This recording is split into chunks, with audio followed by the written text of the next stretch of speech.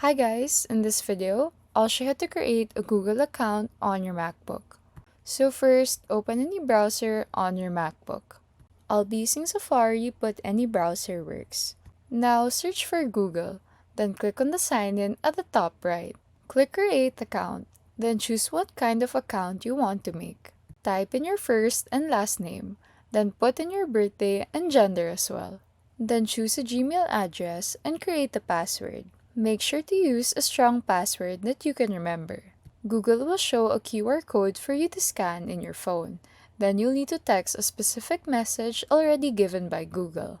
Now follow the remaining steps like adding a recovery email or phone number. Then agree to Google's terms and continue.